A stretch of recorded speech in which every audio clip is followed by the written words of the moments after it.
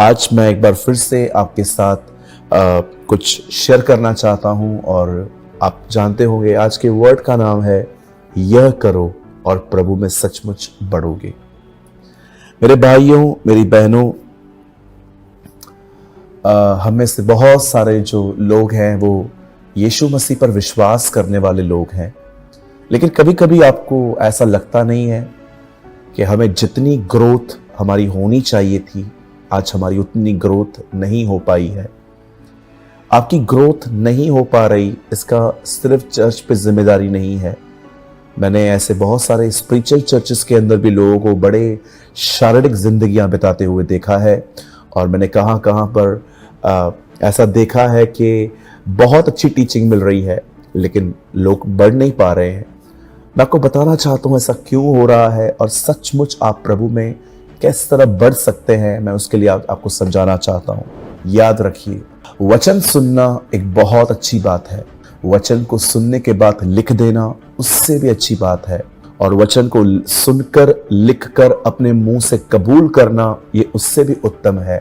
लेकिन बहुत बार हम वचन को सुनने के बाद कुछ निर्णय नहीं लेते, यहीं पर हमारी जो उन्नति है वो रुकी हुई है। बाइबल भरी पड़ी है ऐसे लोगों के साथ जिन्होंने वचन को सुनने के बाद कुछ निर्णय लिए और परमेश्वर ने उनके सुने किए गए निर्णयों को बड़ी आशीष दी और उन्हें बड़ी बरकत दी और उन्हें अनुग्रह दिया।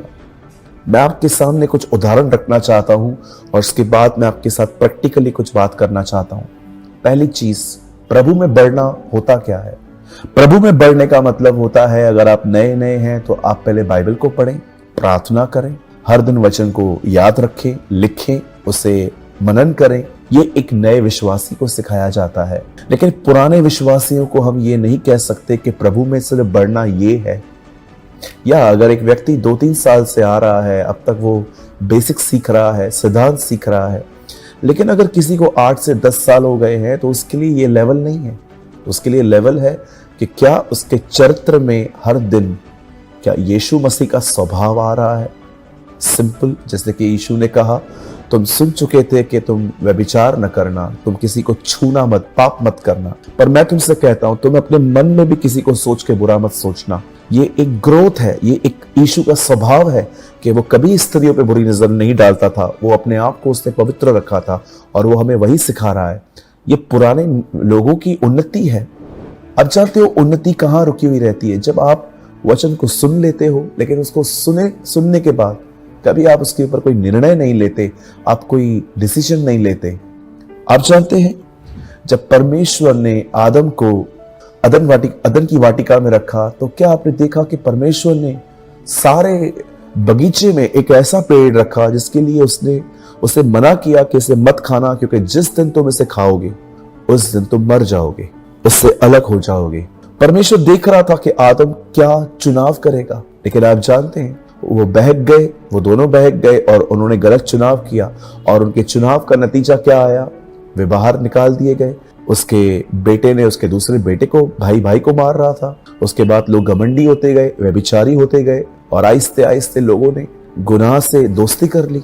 आप जानते हैं उसके बाद आप बाइबल के अंदर मूसा के बारे में पढ़ सकते हैं। जब मूसा इजराइल को लीड कर रहा था, उनकी अगुवाई कर रहा था, तब एक टाइम ऐसा आता है जब मूसा उन्हें कहता है कि मैं तुम्हारे सामने सब कुछ रख देता हूं, अगर तुम इसकी परमेश्वर की आज्ञाओं को मानोगे तुम्हें जीवन मिलेगा और नहीं मानोगे तो ये सारे श्राप जो न चाहो तो भी आप पड़ेंगे।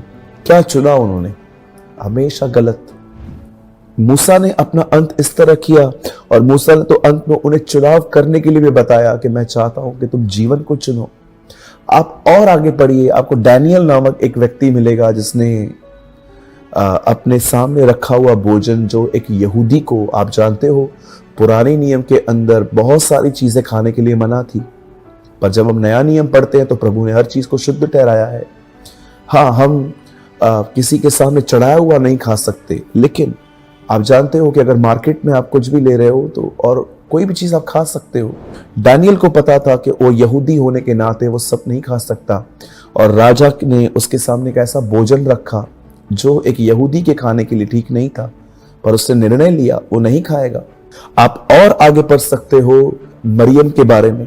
कि कैसे जीसस उनके घर में गया और मार्था ने डिसाइड किया कि वो यीशु के लिए कुछ बनाएगी और मरियम उसके पैरों पे बैठी थी और वो खुदा का कलाम सुन रही थी। यीशु ने कहा, देखो जो मरियम ने चुना है वो उससे छीना नहीं जाएगा।